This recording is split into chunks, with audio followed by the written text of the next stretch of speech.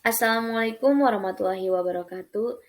Izin memperkenalkan diri, nama Kamila Cahya Aulia, NPM 221540226. Di sini saya akan menjelaskan artikel ilmiah yang saya buat, yaitu mengenai pengaruh asam klorida atau HCl dan air soda terhadap kekuatan tulang ayam. Yang pertama saya akan membahas apa sih tulang itu? Tulang atau kerangka merupakan salah satu organ dengan struktur keras dan kaku yang ada pada makhluk hidup. Tulang dibedakan menjadi dua, yaitu tulang keras atau osteon dan tulang rawan atau kartilago. Pertama, saya akan menjelaskan tulang keras. Tulang keras terbentuk dari tulang rawan yang kemudian terisi oleh osteoblas atau jenis jaringan ikat khusus yang berfungsi sebagai penyokong tubuh. Osteoblas membentuk osteosit atau sel tulang dengan unit osteosit mengelilingi pembuluh darah. Kemudian sistem saraf membentuk unit osteosit mengelilingi pembuluh darah. Kemudian sistem saraf membentuk sistem matrik yang mengandung kalsium dan fosfor sehingga menyebabkan tulang mengeras dan membentuk tulang keras. Sedangkan tulang rawan merupakan jaringan ikat yang bersifat lentur dan liat karena adanya zat-zat antar sel tulang yang mengandung zat perekat dan juga zat kapur. Zat perekat pada tulang rawan yaitu sejenis protein yang biasa disebut dengan kolagen. Dan hal dan Hal inilah yang menyebabkan tulang ayam menjadi kaku dan keras. Namun dalam kehidupan sehari-hari, kita sering mendengar asumsi bahwa tulang dapat rapuh jika mengonsumsi larutan yang bersifat asam ataupun yang bersoda. Oleh karena itu, diperlukan adanya penelitian ini untuk bisa membedakan pengonsumsian larutan yang baik bagi kesehatan kita dan membuktikan asumsi yang beredar di masyarakat benar atau tidaknya. Selanjutnya saya akan menjelaskan mengenai kandungan tulang ayam. Tulang tersusun dari beberapa komponen senyawa seperti protein dalam bentuk polimer kolagen dan terdiri dari unsur kalsium, salah satunya yaitu memiliki kalsium yang bisa berkurang karena ada zat pelarut yang menyerap kepada tulang ayam tersebut.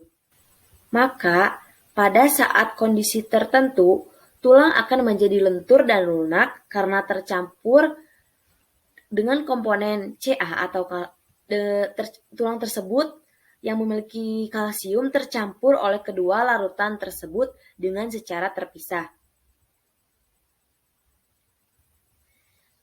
Nah, yang pertama larutan asam klorida.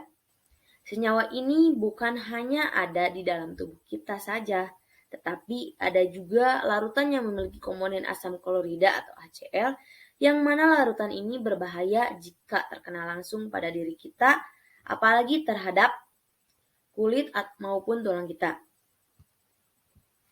Nah, larutan asam klorida yang ada di dalam tubuh kita itu terdapat di dalam lambung yang bersifat korosif. Namun di dalam tubuh kita memproduksi lapisan lendir yang berfungsi melindungi lambung agar tidak mudah terkikis oleh HCl tersebut.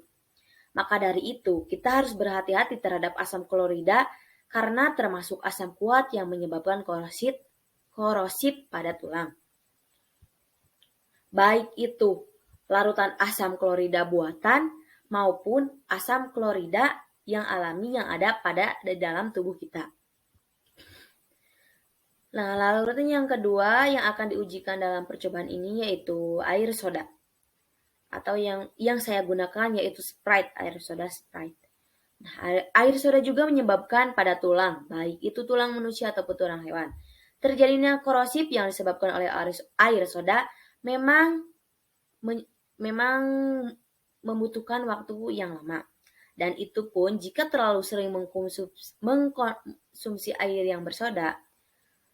Begitupun yang terjadi pada tulang ayam akan mengakibatkan korosif karena terlarut kandungan mineral.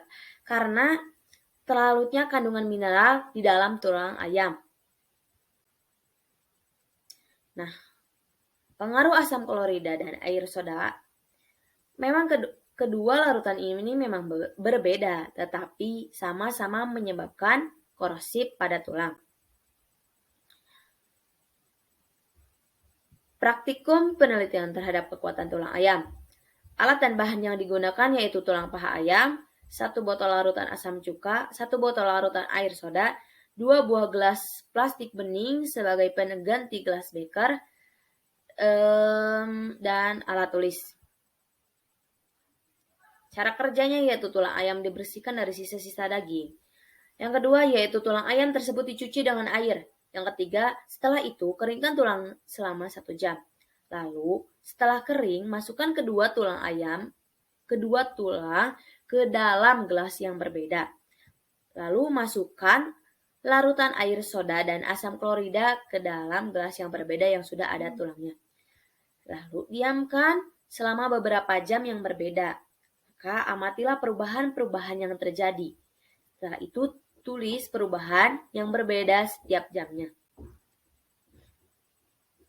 Nah, setelah diamati dan diteliti, tulang ayam yang direndam dengan asam klorida selama 1 jam, warna yang dihasilkan pada tulang tersebut yaitu pucat. Kekerasannya pun lunak dan sedikit lembek. Kelenturan tulang yaitu lunak. Sedangkan setelah direndam selama 3 jam oleh larutan asam klorida atau HCl, warna tulang menjadi hitam. Kekerasannya pun sangat lunak dan lembek. Kelenturannya pun sangat lembek. Nah, tulang ayam yang direndam menggunakan air soda selama 1 jam, warna yang dihasilkan yaitu putih tulang. Kekerasan yaitu keras dan kaku. Kelenturannya pun mulai lentur. Nah, tulang ayam yang direndam oleh air soda selama 3 jam, warnanya kemerah-merahan. Kekerasan, yaitu keras dan kaku. Kelenturannya pun mulai lentur dan terkikis. Kesimpulan yang dapat diambil yaitu tulang ayam yang direndam menggunakan asam klorida, baik ya menggunakan asam klorida atau HCl dan air soda berbeda hasilnya. Tapi dampak yang disebabkan itu sama-sama menyebabkan korosi pada tulang, walau waktu yang digunakannya itu berbeda. Karena yang direndam menggunakan larutan asam klorida itu lebih lama. Karena larutan asam klorida memiliki konsentrasi tingkat keasaman yang tinggi. Sedangkan air soda memang menyebabkan korosif, tapi waktu yang digunakannya itu cukup lama. Dan kita jangan sering mengkonsumsi air yang bersoda, karena itu akan menyebabkan korosi pada tulang. Nah, kenapa penelitian ini menggunakan tulang ayam? Karena tulang ayam dan tulang manusia itu sama-sama memiliki kalsium. Nah, penyebab dan kalsium larutan kalsium atau Ca jika dilarutkan oleh larutan lain, maka zat tersebut akan terlarut dan tulang tersebut akan kekurangan kalsium, dan akibat yang dihasilkannya pun akan menyebabkan korosi pada tulang atau terkikis. Sekian yang dapat saya sampaikan. Mohon maaf apabila banyak kesalahan dan materi yang kurang dimengerti. Wassalamualaikum warahmatullahi wabarakatuh.